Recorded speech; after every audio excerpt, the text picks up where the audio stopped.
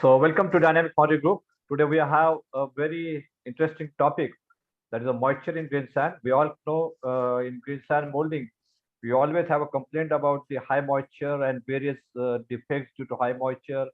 So it has become a very, we can say, a sensitive topic in green sand molding, especially the moisture content in green sand. So we are going to see today a role of moisture in controlling green sand properties, as well as water quality aspects in controlling the green sand properties as well. And for that, we have today Mr.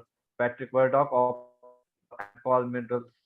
AMKOL Minerals, and basically AMKOL whole team is behind this particular uh, series of sand which we have taken for these webinars. We will be having around 5 to 6 uh, different type of webinars on these sand properties, green sand, then various aspects of green sand. So out of those five topics, today we are going to see first as a moisture in green sand. So I'm thankful to Mr. Ashutosh Suru, Mr. Vedrock, and the whole AMKOL team for supporting us in this particular, we can say, series of green sand molding and sand properties. So thank you very much, sir, and welcome you for this webinar. And I request you to start with your today's topic on role of moisture in controlling green sand properties and water quality aspects in green sand. Thank you very Over much, to you, Patrick. Thank you very much, Sandeep. It's very good. So we will start now. Good evening, every one of you, and welcome to our webinar today. We will speak about moisture in green sand, and especially the role of moisture in controlling green sand properties, and also at the end of the webinar, speak about the water quality aspect being also very important to control. Well, start now from the beginning. Well, first, I would like to show you first agenda of what we want to speak about today. First, we will make a small reminder about green sand component. Then after, we'll speak about the water role, water and compactability, what is the relationship, defining terms, alignment in green sand, in terms of alignment of water in green sand, in fact, moisture management and control, including sand property interaction, sand system moisture demand, clay moisture tempering with water, and also then after we'll speak about the moisture control during and after pouring, including the mold heating zone explanation,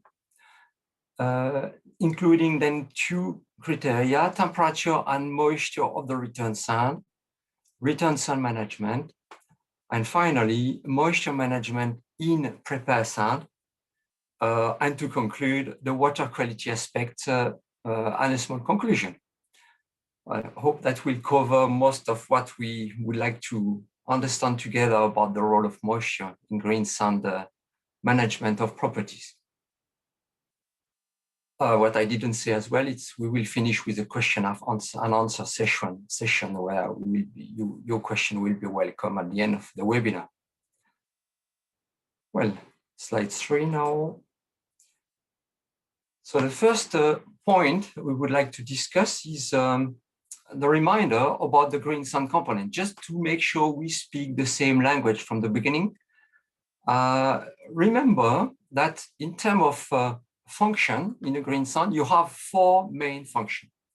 The first one is the refractory part, including silica sand, playing the role of support role. Second one is the binder part, with the clay having the role of strength generation. The third one, to make it easy, so it's what we call the carbonaceous product. It's an additional part playing the role there of chemical and physical action in the mold during pouring. And the last, and not the least, in fact, lubricant part, the water, playing the role of activation. And without water, nothing would work. And that will be the part of our discussion today. So in the slide 4, we will speak about silica sand being also the support role, as I was just explaining now. To remember the importance of silica sand, just remember one point. The expansion of silica sand is a major cause of casting defect. Why? Because silica sand can show an expansion, in fact, at 570 degrees, showing a big movement when heated to 573 degrees to be exact. So that is really important to remember that. However, we use silica because on an economical point of view, it is the best sand for green sand. So the primary control for reducing sand expansion are selection of the right quality of new sand first, including fineness and distribution selection, also the right quality of bentonite, and also the proper bentonite addition in terms of quantity and the selection, also an application of other green sand additive, like for example, carbonaceous part or any other additive. So that is what we should remember of this about silica sand. The second slide is for bentonite. Again, just a summary as an introduction to speak the same language about green sand. Keep in mind that bentonite works because it can swell. So we introduce external moisture to bentonite. The platelets repeat each other, causing swelling. That is the important word, swelling. And knowing that sodium bentonite has the highest swelling capabilities with a high water requirement compared to calcium bentonite. So that is important to know. And in fact, what happens when you introduce moisture in water, you will see what happens. So you see a swelling aspect. So the platelets repelling each other. And note that the swelling difference between natural sodium bentonite or natural calcium bentonite or activated sodium bentonite is important to look at. And it's something we should understand to understand how, in fact, water will play a role in the swelling of bentonite. It depends definitely on the bentonite type. And you have, again, 3 types: natural calcium bentonite, natural sodium bentonite, and activated calcium bentonite with sodium. So that is, in fact, a summary I wanted to make before to speak about water more specifically. Then the next slide is about the carbonaceous additive. Okay, the number 3 role. So playing the role of physical and chemical aspect, if you remember my precedent slide. So what happens there, you have, in fact, the metal arriving in a mold, and what is really generated by carbonaceous additive is the lustrous carbon generation. And what is the lustrous carbon generation? In fact, what is the principle of action? So you have carbon particles generated, then you have a film deposit appearing, creating a barrier role, playing the role of anti-veining action. If you know what I mean, anti-veining action, that is anti-wetting action, sorry. So it is a way to avoid the metal to penetrate inside the sand. And that decreases the risk of metal penetration. Other action to remember about the carbonaceous additives, it is the reducing atmosphere during pouring, but also gas pressure balance from volatile.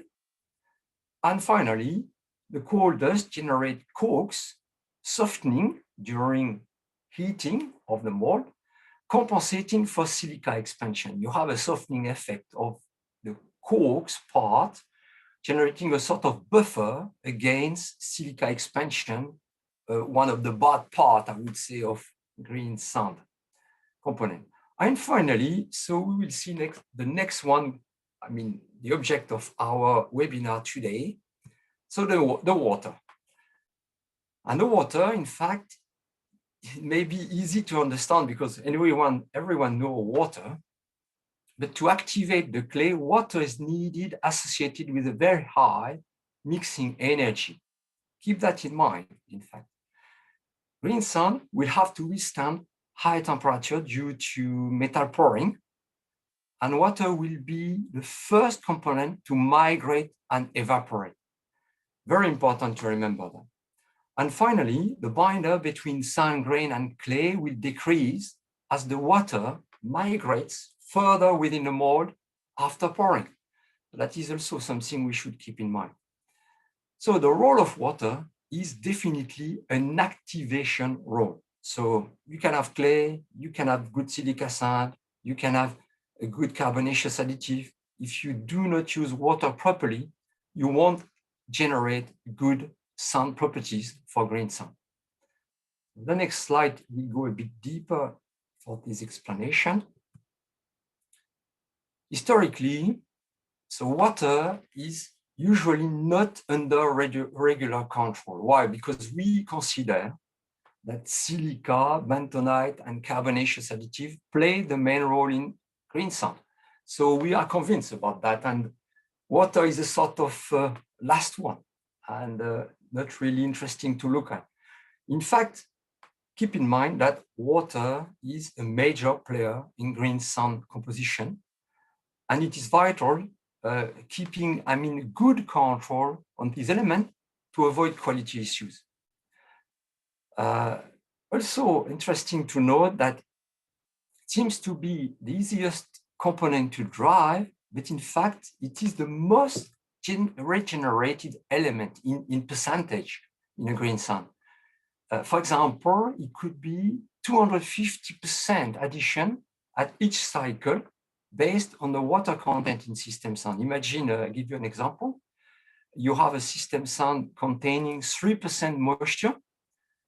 It's not rare to put 6, 7, 8% of moisture after pouring for cooling and regeneration of new sand, of return sand, and representing more than 200% of the total amount of water in the green sand after preparation.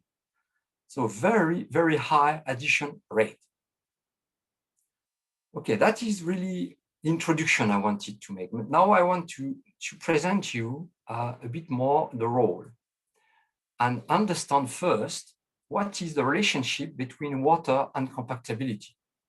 You can see that water and compactability are linked together with a linear relation. So it means the more you increase moisture, the more you will increase your compactability. But definitely each green sand will have different moisture demand for the same compactability.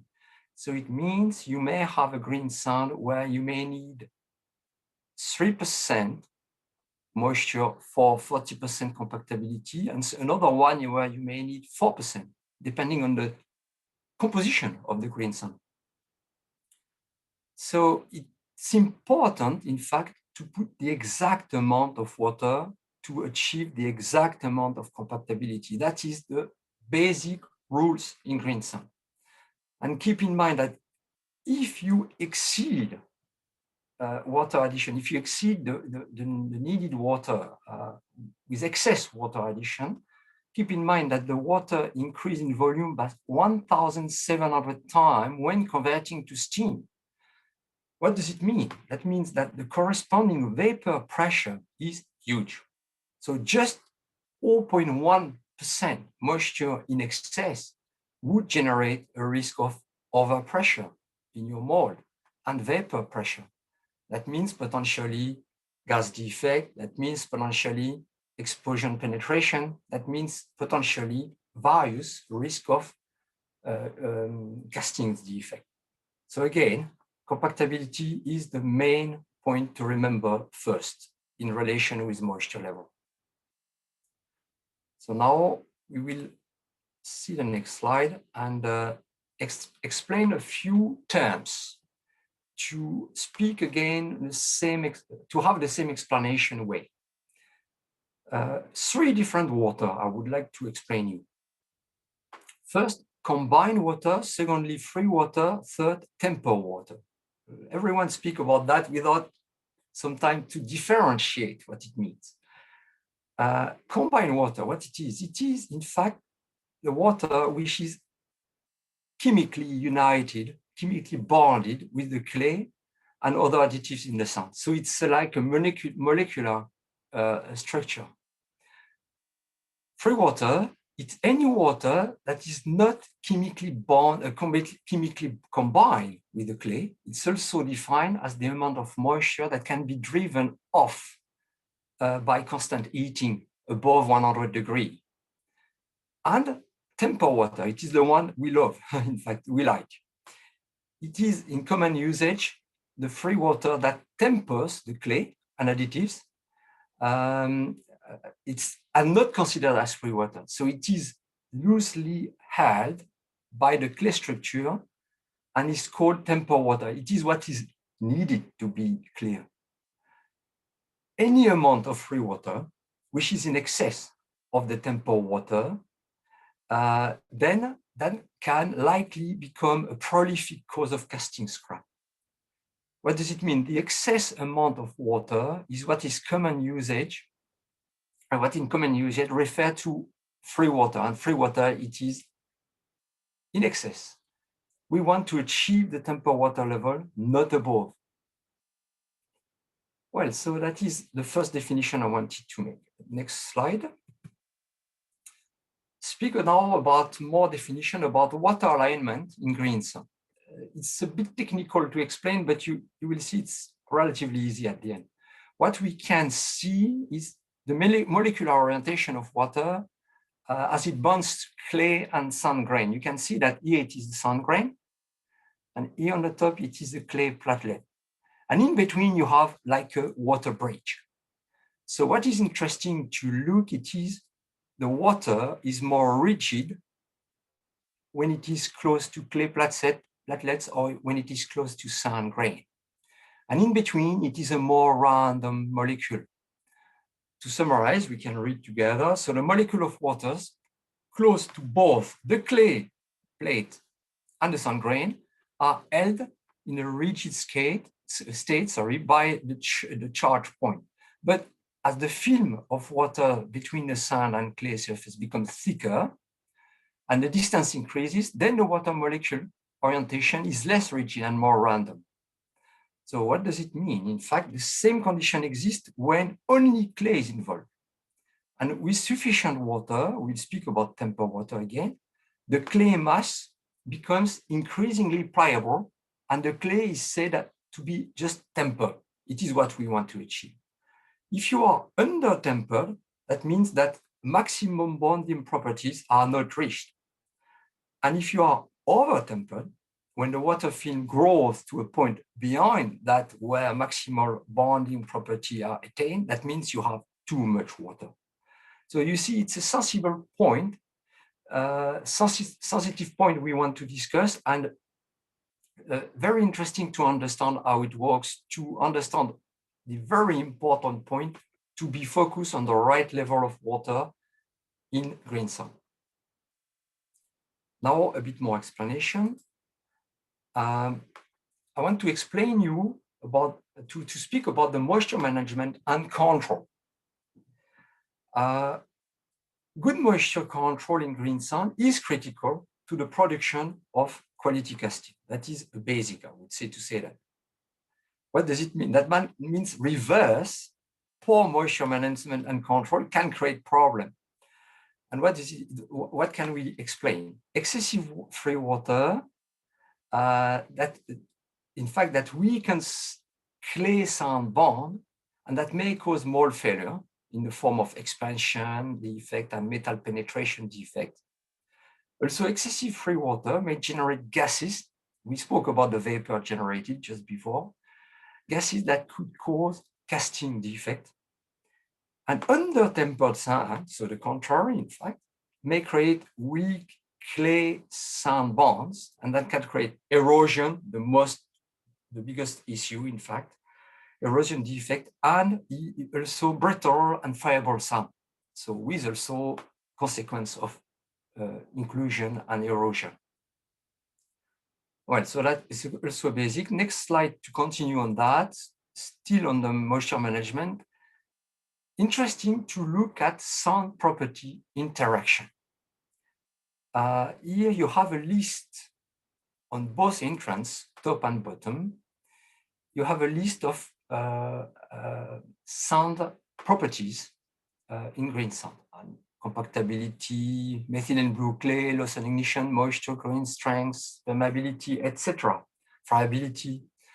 And what is interesting to look, it is the moisture, you see, in interaction with all the other properties here. And you can see that moisture influences every other property, with the sole exception of distribution of sand, screen distribution of sand. All the other are really in strict correlation with, or at least influence of sand property. As such, that means we can now better appreciate the critical nature of moisture control in green sand. Very important to look at it.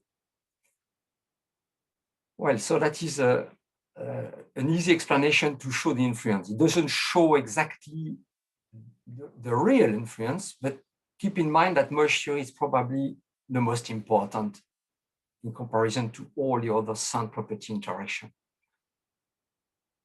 Next slide. Speak now about sand system moisture demand. Remember, moisture demand, it is the moisture you need to reach a defined compactability. And you must recognize that all the surfaces are wetted when clay is tempered, just at the right level. And sand grains are coated with clay during the mixing milling operation. And because the entire surface of all elements in sand require moisture, it is necessary to understand that as the surface area of sand increases, so too does the moisture demand of the sand system.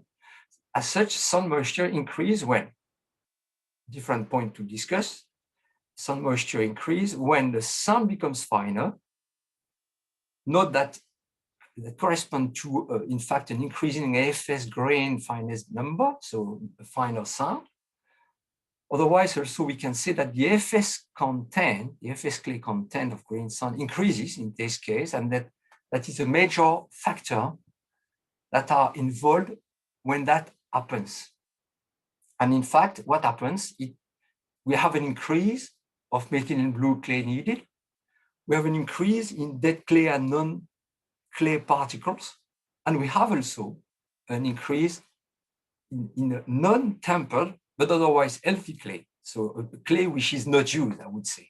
You see that's what happens, in fact, when sand moisture is increasing in green sand.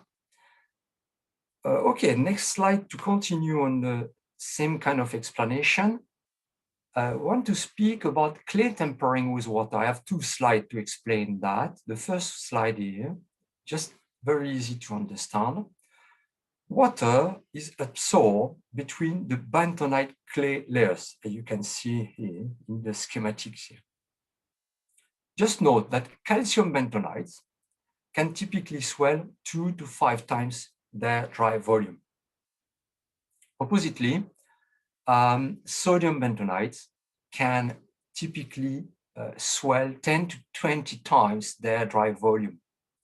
I speak here about non-activated calcium bentonite. I want you to understand that correctly. I want to speak about the next one after. Drying out, then clays will shrink back to their original volume. It's like as long as the clay is not burned above 500 degrees, then it can swell and it can shrink back to the original volume. Okay, part of it will burn in the mold, so you will lose some and you will replace it with new bentonite. Okay, next slide now. Again, clay tempering with water. I want to explain that a bit more. First, time and energy are required to temper clay. It's not only time, it's energy as well. You need milling, mixing energy.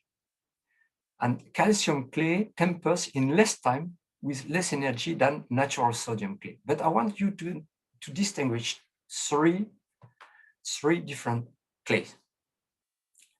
When I say three, in fact, I mention natural sodium clay, natural calcium clay, and activated calcium clay. Here on the picture, you can see natural sodium clay on the left after activation, and natural calcium clay after activation with less swelling than natural sodium clay. What is interesting to note is swelling plays a role, but it's not the only important role. I mean, we would need to speak about resistance of, against calcination, you know, and that plays a role in terms of durability. But speak about the water effect. Due to clay chemistry, natural sodium clay can absorb more water than natural calcium clay. So as such, sodium clay swelling is greater than calcium clay swelling. So that is the first fact. However, activated calcium clay typically swell more than natural calcium clay. So that usually it's difficult to compare with natural sodium clay. Sometimes a bit more, sometimes a bit less in terms of swelling. But note that even with natural sodium clay having lower free swell value than specific highly sodium activated calcium clay from India, for example, is not a disadvantage. So even if the swelling of natural sodium clay is slightly below. It's also a question of durability and resistance against water, molecular water loss, in fact. Well, that was a technical explanation. Now I want to show you the moisture control during and after pouring. What happens in terms of moisture during and after pouring? During and immediately after pouring, moisture losses are extreme. Keep that in mind as well. Control of the rate of loss is vital and to successful casting production. Bentonite and sand additives are the primary means of controlling moisture loss. First, during pouring, slowly the rate of moisture loss delays sand heating and expansion. As such, expansion defect becomes much less likely. And delaying moisture loss reduces the likelihood, in fact, of gas defect, explosion penetration defect, and erosion defect. That is probably the important point to remember. Delaying moisture loss, in fact, is an action we need to have with the right choice of different elements like clay, like carbonaceous additives, like action in the sand plant, etc., preparation of sand. Well, so now next one, I want to show you again what happens during pouring. This slide is quite interesting, I think, to explain a bit more, because it shows you what happens in terms of mold heating zone after pouring, from the metal here, action, to the sand, from the hottest to the coldest. We can differentiate 5 different zones. Okay, it's a theory explanation. In fact, it's not exactly one zone, it's a bit more like that than that. But if you differentiate 5 zones, you can explain that quite well. First, during pouring, the mold is subject to extreme of temperature and pressure. As long as there is water present in the sand, and the sand remains moist, in fact, the temperature of the sand will not increase above 100 degrees. However, in fact, with time, the sand will eventually dry out as water either evaporates or travels deeper within the mold. And here we have a schematic explanation. First, the zone 1, it is above 575 degrees. We call it the hot zone, the hot layers. We have here the clay, which is calcined, high compression stresses are present. You have the in-between zone here, the zone 2, where you are between 100 and 575 degrees. We call it the dry layer. It's a zone with high compression stresses, and it's interesting to keep it as low as possible because you burn your product here. And this one is the in-between zone, which is the saturated wet layer zone. It is the place where all the water which has been evaporated in zone 1 and zone 2 will recondensate in a wet layer. And this one becomes almost will block the volatile and will block every movement of vapor as well between zone 2 and zone 4. It's like blocked. Zone 4, below 100 degrees, it's just slightly hot and it's unsaturated cooling zone. And finally, the zone 5, where you have unaffected part of sand, at least at the beginning of the pouring. During solidification, zone 5 may become zone 4, and you may reach even some wet layer outside the mold, you know. So it's interesting to understand what happens there. So you will really lose all the water in zone 1, zone 2. You will lose it partially in zone 4, and you will not lose it in zone 5. Well, now, next slide, we'll speak about the return sand temperature and moisture. So after pouring, after knockout, you will get some return sand. What should we do with that? Remember that heat is energy and it requires time for clay to absorb moisture. So it means you will need to consider that if you want to regenerate the return sand correctly.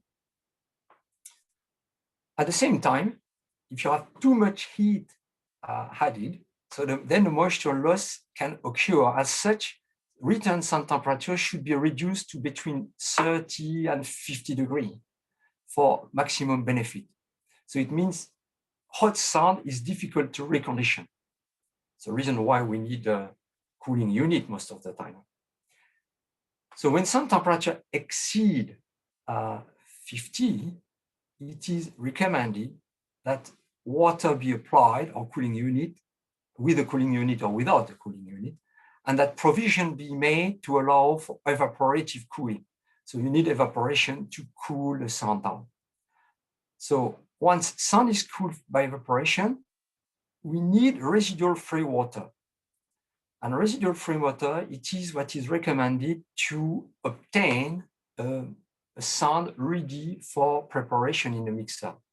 It means you would need 1.5 to 2% moisture, or at least above 2/3 of final requested moisture of prepared sand. I give you an example. If you expect your prepared sand to be at 3.3% moisture, then you would need a return sand after cooling at 2.1, 2.2.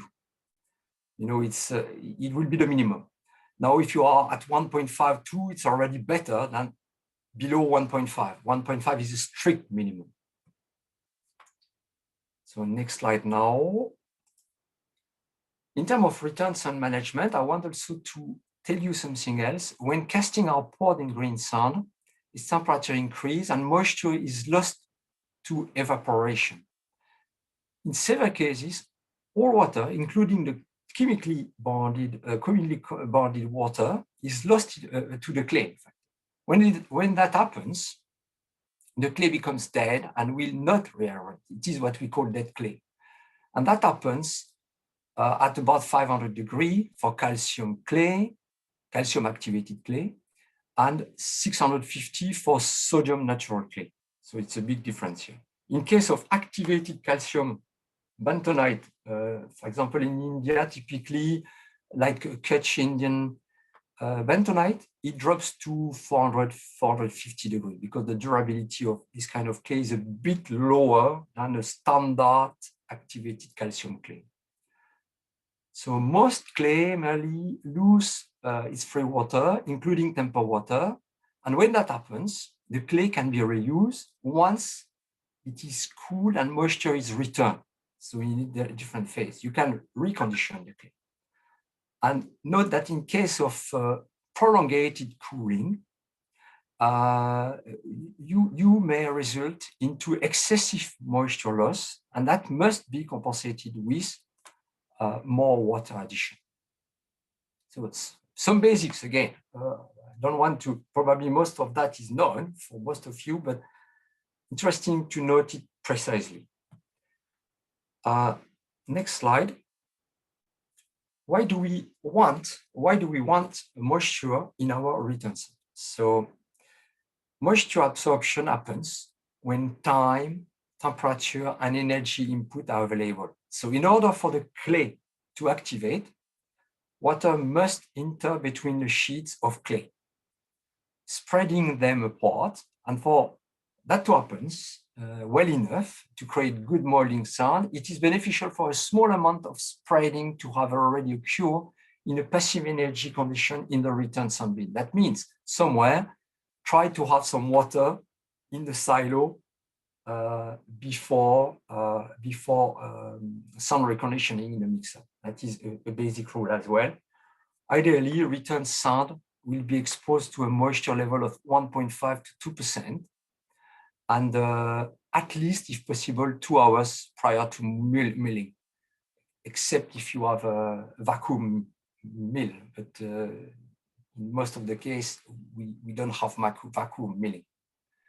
So that will provide enough pre-tempering for clay in the sun to hydrate well enough and to allow for efficient tempering to occur during milling operation. That is really important.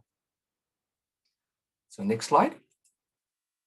Moisture management in prepared sand now. So we are almost there. So return sand, now prepared sand. First, control is maintained by management of sand compactability. I told you already. Second point, moisture loss through evaporation negatively impacts compactability and therefore virtually all sand properties. So it's a summary of what we said already. Managing sand surface area we will in fact impart better control on evaporation rate and therefore on sand compactability, also basic. Remember a few things. Starts with return sand, temperature between 30 to 50 degrees, moisture between 1.5 and 2%, and held in this condition for at least 2 hours. Okay, I repeat what was already said. In terms of milling, muller or mixer must be in good condition. What does it mean in good condition? For given clay level and compactability setting, if the mixer condition is not good, then it will demand more water to achieve required compactability and also required grain compression strength level, which may lead to excess moisture. So that is really the reason why we need good condition level of mixer, good paddle, good mixing tools, etc. Cycle time also must be adequate to temper the clay and coat the sand. So sometimes cycle time is too short. Sand transport as storage as well. Transport time from muller to molding equipment must be limited. Long, very long, I mean barn sometimes is an inconvenience. And store in tall, narrow bin to limit exposure to environment. So in fact, post-evaporation after sand preparation is also sometimes a risk of degradation of quality after mixing, and then a risk of erosion and too dry sand during molding phase. Well, to the next slide, still about moisture management in prepared sand. Consider using a compactability controller. That is an option as your muller is at your muller stage to automatically adjust moisture addition. That is roto control, for example. It is really something to be advised with green sand and modern way of doing. Moisture must be stable and provide consistent compactability at the molding unit. Also manage control point within the system sand. That includes feedback prior to cooling and feedback and control after sand cooling. That is critical. Both points are critical there. Also, sand must be maintained in a semi-moist atmosphere for at least 2 hours prior to molding. milling, sorry. Also, sand laboratory measurement must provide adequate feedback to permit informed adjustment of water addition at the muller. That should be adjusted.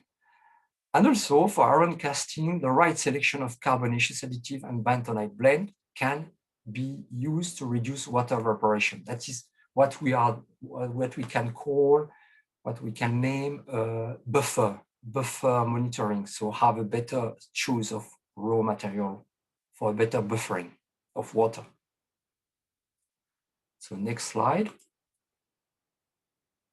Now, I want to discuss about the last topics of the day, which is the water quality aspect. The water quality aspect is definitely a very important point.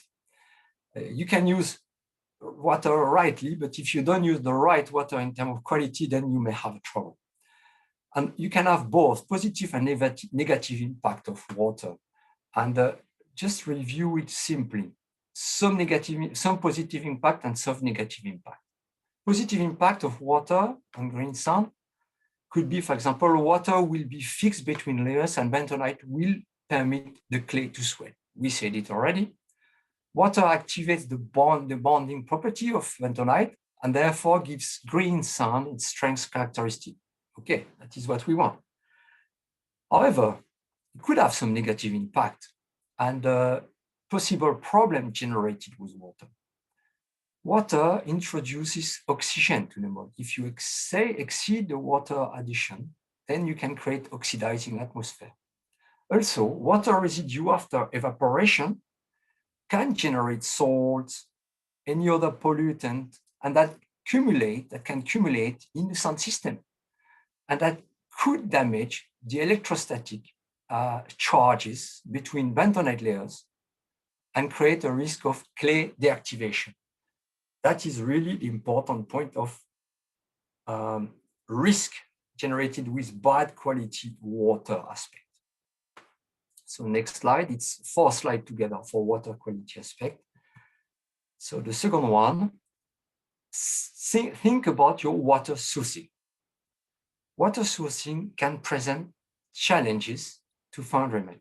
Potential problem includes acidified water and dissolved salts or pollutant within the water. Especially in India, keep in mind that salts or pollutant in water could happen, maybe more than in other continents. So the source of clay deactivation can be difficult to recognize, and many parameters have to be studied. Some of the more significant, we can discuss it in terms of casting, reaction between clay and water, and sand mechanical characteristics. On casting, you can generate scab and buckles with acidified water. It's typically the same kind of defect that you get with bad silica sand and excess expansion. On the reaction between clay and water, if you have an excess of salts and acidified water, that can impact the swelling ability of the clay. Also, sodium chloride can impact the clay structure and just damage really the bonding aspect. In terms of some mechanical characteristics, that can decrease the grain compression strength, that can decrease the clay plasticity and problem that, for example, at stripping. That can also lower wet tensile strength. It's the most typical point to look at, in fact. And that may also create many other problems. If you want to go in detail, we could find some other trouble as well. Okay, then the next slide, I want to show you why the salt accumulation in system sand can be a problem. Why? Because different salts have different solubility. And you can see that some example of possible salts present here in the table, and their solubility in terms of gram for 100 grams of water. And because of the highly destructive impact of soluble salts on clay bonded sands, the wet tensile test is recommended as the means of monitoring sand strength. And the measurement of wet tensile is a very good way. in fact, to detect the potential deactivation of bentonite. It's proven, it's really the best way. And you can see on the chart, or on the left-hand side, you can see that even low concentration of high solubility salts will generate a greater risk of pollution or clay deactivation. Give you an example, for example, potassium carbonate. That is high solubility. You can see, for example, chloride, calcium chloride, high solubility as well. So that is probably the most dangerous salts you can have because of their high solubility. And the next slide will explain you even one step above. In fact, an accumulation of salts in green sand can have a very negative impact on wet tensile strength and other strengths, but especially when tensile strength. We find that the most highly dissolvable salts create the greatest damage to bentonite properties. And here again, it's another way to measure, but that is a salts addition in gram for 100 gram of clay. That is a sodium clay in this case, but it could be any other clay. And here the measurement of wet tensile evolution based on 100. 100 is what we say the best. Okay, we didn't put any number, but it's say 100 is the best. If you have 12 grams per 100 gram of clay, or for example, calcium chloride, you will lose 80% of the power. You decrease from 100 to 20 the wet tensile. It's amazing. So it means, for example, you can see the highly destructive impact of very soluble salts like sodium chloride, the one I was mentioning, or potassium carbonate there, as opposed to far less damaging impact of less soluble salt like calcium carbonate or calcium sulfate on the top, with low impact, in fact, because they have no dilution or less solubility. Well, so it's important to know what is present in your water, and the quality measurement of water is a basic as well. So next slide is for last one. You will see that what should we do, in fact, to control the water quality? We can measure many things, but we can simplify. In fact, if you measure the pH, if you measure sodium, potassium, calcium chloride, some other aspect, then you have already a good way to control reproducibility of your sand quality. And if you identify control parameters for various elements associated with water sourcing and water use, then it will be important. And in order to assure the production of good quality green sand, this table here on the slide presents many of the property and chemistry measurement that you can use on a regular basis. So note, the measurement of electric conductivity is the simplest way, as it can enhance the presence of excess dissolved salt. So that means, imagine you have a very poor way to control quality. At least control the electric conductivity, because that will not tell you, okay, what kind of salts you may have as a pollutant, but that will give you the level you may have. And it will give you the idea of, if you have a variation of salts presence in your water. And then after, you can subcontract more analysis to be more precise. But on a daily basis, this conductivity is very easy. You can measure it in microsiemens here. It's very well known, very easy. And in some region, a water treatment unit might be necessary to guarantee a water quality consistency. Well, next slide. So it is the last one. In fact, I didn't, if we speak about a water quality aspect, I want to summarize it. Identifying water quality problem and their impact on some system performance is really important for us in foundry. In order to prevent some performance problem, the foundryman must recognize 3 main points. Groundwater and other source of water used for sand production must be verified. we should remember that. Recognize that acidified water can deactivate bentonite. And dissolved salts can deactivate bentonite and decrease the swelling ability of bentonite. They are the three main points here. In other words, if you have a poor quality water, that can result in a deterioration on sound property and casting defect. Also, everything else seems to be nice. You may have a trouble in terms of quality. And I would say to conclude, as a conclusion, knowing that from this, we can conclude that it's highly advisable to do regular analysis on the water used for green sand to verify the consistency and identify possible deviation. Deviation, remember that, from control parameter. It can be polluted. You can have a salt as long as it is always the same and you cope with it is all right. But the variation, the deviation might be the reason of a new trouble that may occur in your foundry.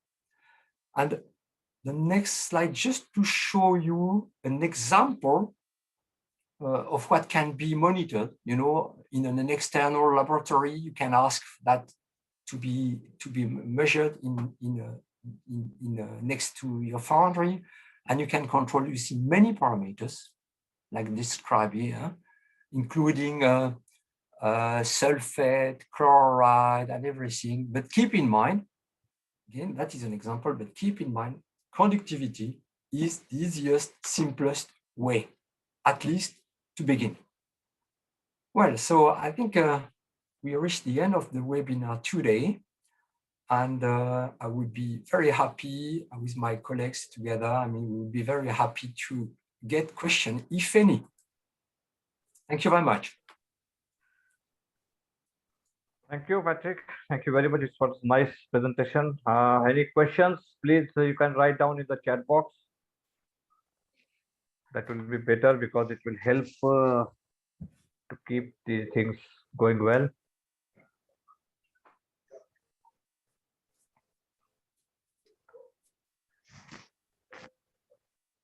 Patrick, I have one question actually. Sure. A query, we can say. Normally, we're using sodium based bentonite or calcium based bentonite. So, in both when you use either sodium or calcium, the moisture content will vary or it will remain same. Well, in fact, keep in mind that calcium bentonite at the end after activation is a sodium bentonite. Both of them are sodium bentonite. You have a natural sodium bentonite, which is the one we can find in USA, for example, and some other rare place in the world. And the other bentonite, they are calcium bentonite originally, but you exchange the calcium with sodium ions, and at the end you create an artificial sodium bentonite. So it means any calcium activated bentonite is in fact a sodium bentonite, artificial. And that means that because you have changed the calcium ion with sodium ion, you increase the swelling ability of the calcium non-activated bentonite. And at the end, it becomes, you have a bentonite that can swell as well, almost as well, sometimes even more than the natural sodium bentonite. Was it answering your question, Sandeep? Yes, sir. Yes, sir. There's one more question. What should be the TDS range of water which you use for the sand preparation? Sorry, can you repeat because I didn't catch the question? What should be the TDS range of the water?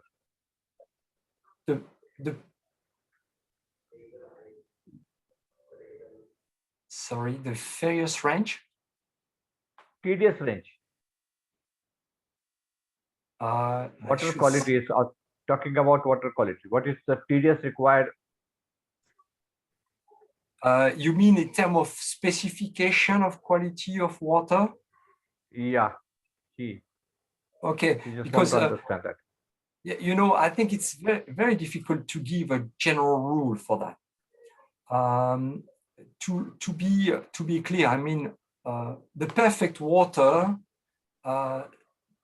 it will be different in one place compared to another place. And you may accept the water with some salts content in one region, and that may not work in another region. Show that the fact to have a constant quality is playing the major role. Show that if you have an excess of some salts that I cannot mention by heart, but if you have some excess of some salt, you better then have a treatment of your water. Now, I would guess that the best way is really, again, as I was explaining during the presentation, would be to control the conductivity. The conductivity is really the easiest way, and that doesn't give you a range. You can have, for example, 300 microsiemens, you can have 500 microsiemens, you can, I know some water where you reach 800 microsiemens, so meaning that you have quite a lot of salts that dissolved in the water, is still working as long as you have a relatively constant level of quality. Patrick, the TDS is total dissolved salts. And in the meantime, Vivek and Suru, I have also made you co-host, so you can unmute yourself and help Patrick in answering the questions as well. Okay, thank you. Sure. Yeah. Typically in India, what we normally consider that TDS around below 400 seems to be a good one. If below 100, that is UV water kind or distilled water, it will be good, but it's very costly. Typically up to 400 or below 400 is acceptable. Yeah. Below 400 TDS. 400 TDS. 400. 200. Okay. Yeah. In India, 200 below 200 TDS will be the good choice. Yeah, because if you go to Europe or though 100 is a recommended, it is not possible practically to spend that much of cost. So you are recommending 200, below 200. Okay, yeah. Great. Then one more question is how to arrive temper point. Okay, that is a good question. I mean, temper point really, it was explained in the previous slide I had during the presentation, but temper point is a sort of max level of strength that you can obtain with a defined level of water. And that it's possible to do it in the lab. If you have, your system sand, you can evaluate your system sand in the lab with a lab mixer, and you can try with different level of moisture to reach a sort of curve of GCS, curve of GSS, curve of WTS, all the grades, all the strengths, possible strengths, depending on water level. You can then create a graph of, for example, GCS against water, WTS against water, and you define a sort of peak level. The level where you have a sort of maximum level achieved is considered to be the temper point. Above that, you would be over tempered. Below that, you will be under tempered. To add some point what Patrick had mentioned, first step for doing the tempering exercise is first to calibrate your mixer. Because many times what happens, many foundry they have a mixer of 10 kg capacity or 5 kg capacity, and then they try to mill a 2 kg or 4 kg mixer inside in that roller. So when you have a low quantity of sand in the mixer, the roller will not develop the required strength. So typically what we observe, if you are having say 10 kg mixer or muller, you should use at least 6 to 7 kg of sand to get a sufficient development of sand strength and properties. If you use 2 kg or 3 kg or 4 kg, it is underdeveloped sand and you will not be able to get a optimum level of properties. And then once you do this calibration of the mixer, then you have to go with a different moisture level starting from your operating range. If someone is operating in the range of say 3%, 3.3%, he can take the 2 reading before and 2 reading after. That is 3.3%, 3% on the left hand side and 2.7, other side 3.6 and 3.9. And the accuracy may not be there because if you check the moisture content on the written sand, if there is some point of amount of moisture present, which is always there around 1.5 to 2%, you can do some correction of moisture if required, and accordingly you do. And before doing this calibration, you need to check your sand parameters thoroughly, because with change in active clay or change in like what points has been already mentioned by Patrick, better to follow these steps. You check the sand with all the sand properties, including AFS number and everything, and preferably take another sand and also do the same testing, and then calibrate it first, and then go for tempering exercise. On Point, yeah. level, you are doing on two different sands, from same sand plant. The reason is that when you are taking only one sample, there could be a different fineness of the material, or composition may get changed. Other may be having somewhat different. So better to have two different sample mixed to properly homogenize for testing. Am I right, Patrick? Absolutely. Yeah, I have nothing else to add. It's perfect. Yeah, there's one more question. Please elaborate about defect pinholes in a giant. High compactivity is a cause for pinholes. So I think you want to understand high compactivity is due to high moisture and how it affects the pinhole in ductile land. Okay. Yes. If I understand the question well, so it's an excess of moisture would generate pinholes and gas defect potentially. Yes. How to explain that? In fact, if you look at the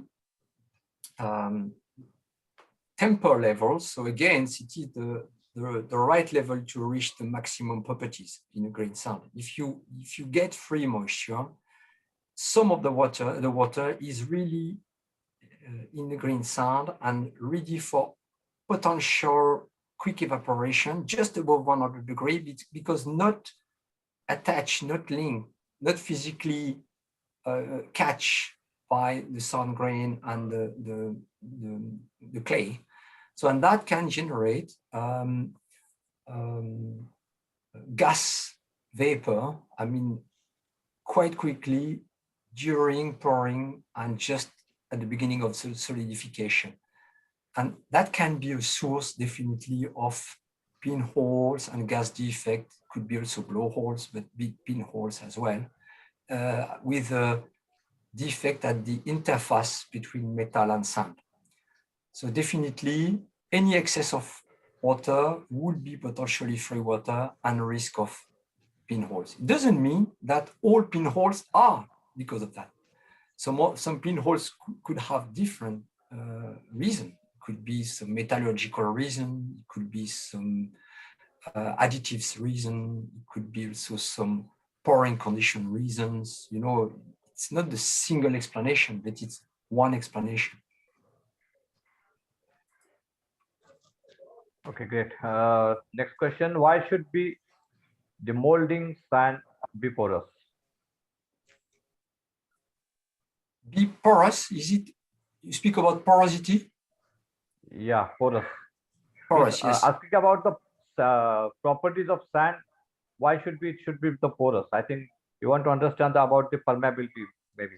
Okay. Yeah, it's linked also with water, because permeability is really something we measure in a laboratory. In a laboratory, we measure permeability on a molded sand. We don't measure permeability in a sand after pouring. And keep in mind that it's quite different. In a molding sand, we want permeability first for the gas during pouring to be able to escape, and also for with less vent. If necessary, we can put some vents on it, but we want the gas and the vapor generated to go out. But keep in mind that when pouring, you generate a wet layer. A wet layer, as I was explaining in one of the slides before, and the wet layer is, I can show back that, and the wet, yes, here, and this wet layer will block the gas both ways because it's completely like a sealing effect. And the permeability at this instant during pouring and during solidification is almost zero. So we want the permeability, especially before this stage. After this stage, we want to block the gas and create a reducing atmosphere in the metal zone and the counter pressure in the metal zone. You see, and permeability, then slowly when water migrates to the right part, will come back to the normal level. But again, permeability is a very hot subject to me because what happens at the moulding stage is not what happens during pouring. You mean to say with the high moisture, it has a double impact. One is gas evaluation is more, so it requires more porous mold. But unfortunately, because of high moisture, the mold is not that much porous, so the effect of moisture and the gas will be double, and it will cause you a heavy defect, isn't it?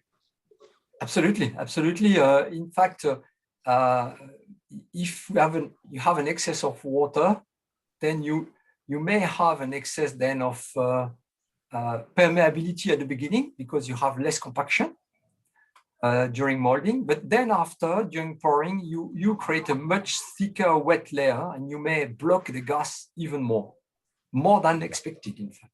So it could be a compromise to find between the permeability of molded sand and the moisture level to drive the global gas management, gas escape during pouring and solidification. Yeah, thank you. There's one more question. Dry sand does not have the strength. For what function? So dry sand, sorry, does not have this strength. That's true. For what function? I'm also not able to understand exactly what you want to understand from this. Yeah, we can skip that question. We are not able to. I mean, this strain development will happen only in the presence of water. So if you are having a dry water and bentonite. Bentonite, I mean, if you have adequate level of bentonite, but there is no adequate level of water, then definitely strength will not be there. So dry sand, I mean, if it will not be there. You can say it's what function is for the moldability. We can say. Yeah, moldability. Yeah. Moldability. Correct. Okay. Next question is compactability versus Gcs curve or moisture versus Gcs curve. I think you want to understand which curve is better or which curve will help you to improve the sand properties. Either compactability versus Gcs or moisture versus Gcs. Okay, I would say both because compactability and moisture will really drive your water demand, and then after GCS against moisture will drive your really the temper water, so the level of water needed to reach a max level of GCS and GSS. Okay, there is one more question. How much water addition per second required in intensive mixer in cycle time of 90 minutes? I have one more question to addition to this. In mixer, we are seeing various types of water additions. Somebody is doing water addition from the center of the mixer. Somebody is doing it from the, we can say, the bottom of this mixer. Somebody is doing it near the door of the mixer. So which method is correct and which method will give you better results? So I want you to answer both the questions. Yeah, okay. The first question. So in terms of water addition, water addition in per in mixer, second. Yeah, in terms of time. Typically, it's interesting to put 70 to 80% of the moisture level in phase one as a first global addition. If you have 90 seconds, it's a bit short, but it depends on the mixer. It depends on the mixer type. If it is a high intensity mixer, 90 seconds can be sufficient in some cases.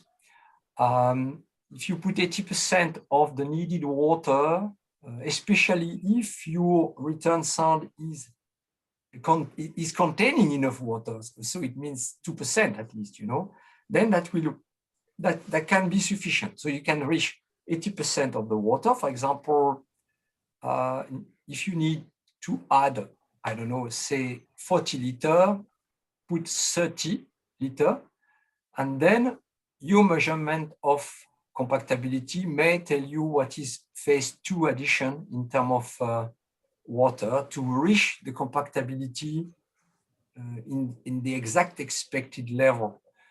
Now, it will be to be really more precise. We will need to know the capacity of the mixer. We will need to know what type of mixer it is. We will need to know the condition of the return sand. It's difficult to be with a precise answer on a specific question, but happy to have the information. Our team to receive the information from the person asking the question to develop this part. Yeah. Again, no, I think he just want to understand roughly how much will be the liters per second should be the better. Okay. If there is such benchmark is there, or that I think he want to understand. He doesn't want to understand exact second, how much second for 90 minutes or 90 seconds of mixing, but he just want to understand what should be the flow rate per kg of per second of liter, which with any benchmark is there in standard? No, to be honest, no. No, actually, if you look at it, total water dosing required at a mixer stage, it should be between 0.9 to 1.2% maximum, typically. Okay, so if your moisture level demand is, expected moisture level is say 3%, and if your return sand moisture is 2%, you can add 1% of water very easily. But whereas, if you are having moisture level of return sand, say 1%, so you will be adding almost 2% in the mixer stage, and the mixing time which you are providing as a wet mixing will not be sufficient enough. And then you will get two components which are particular mentioned. One is a free water and free clay. That is clay which is not bonded with the water. So you get both when you are adding excess water. Okay. So at a time, if you are adding 2% of water to reach the 3% moisture level on the molding sand, it will give a totally different impact. Okay. So it is very difficult to tell exactly how much liter you should be having. It will depend upon various factors. And on percentage basis, you can say that 0.9 to 1.2% typically it should get added totally. And out of that, and the speed. And the speed of introduction is not really important, but the position, as you were mentioning in the second question, Sandeep, may play a role, because you want to spread the water as much as possible while introducing on the sand, and avoid a pocket of water to be sand next to the plow of the mixer. So it's better to spread all the sand as well as possible. Now, really, that depends on equipment type. If you have a nozzle for introduction, if it is a pipe for introduction, what kind of scraper you have in the mixer as well will play a role. So again, it's more a question that equipment maker can answer correctly depending on their type of equipment. But I don't see any big impact on that. To my opinion, the return sand conditioning plays a much bigger impact than the way to introduce the water and the speed of introduction. Okay, great. Next question is, what is the role of pH value of water? What happens with basic, and what happens if acidic it is in nature? Okay, pH is one element to be controlled. If the water is acidified, so definitely that can damage completely the swelling, because that will really damage the electrostatic power of for swelling of the clay. And so that is definitely something we want to avoid. A basic water, depends how basic it is, but if it is above 7 in terms of pH, that shouldn't be a big trouble.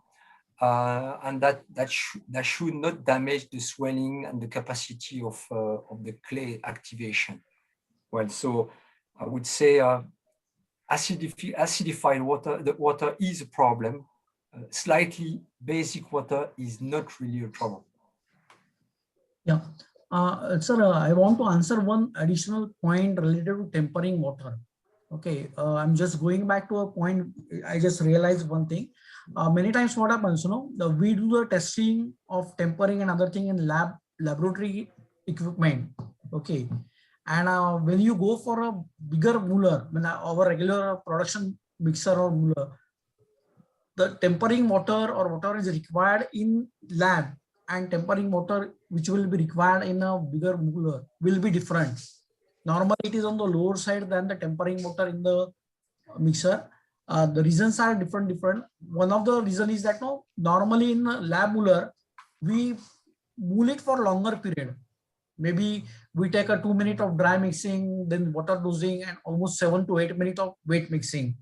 So enough wetting happens in lab Mueller. Whereas if you take a actual production Mueller or mixer, intensive mixer, typical range of wet mixing will be 40 seconds, 60 seconds kind of thing. So how the intensive mixer capacity is and how much actual quantity you are taking apart from other sand parameter and how you are dosing, all that makes a difference. And another point is return sand temperature. In one of the cases, we tried in our lab to try the tempering point at different water, different return sand temperature. But what happens when you are doing in a lab, even if you take a 50 degrees centigrade sand, when you are adding a water and giving 7 to 8 minutes of wet mixing, temperature drops down and volume is also very low. So evaporation takes place and you get some different reading.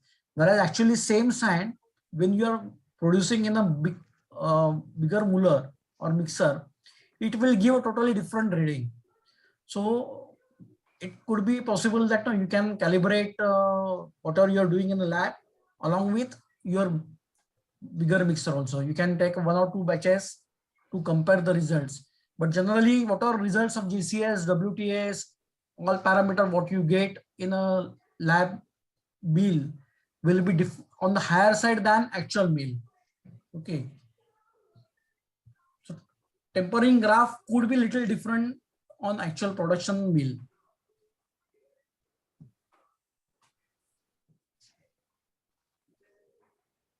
Are you getting points, sir?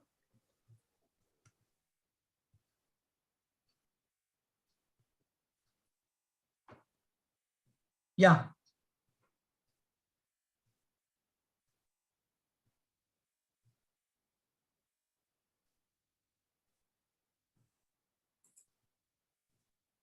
Yes, sir.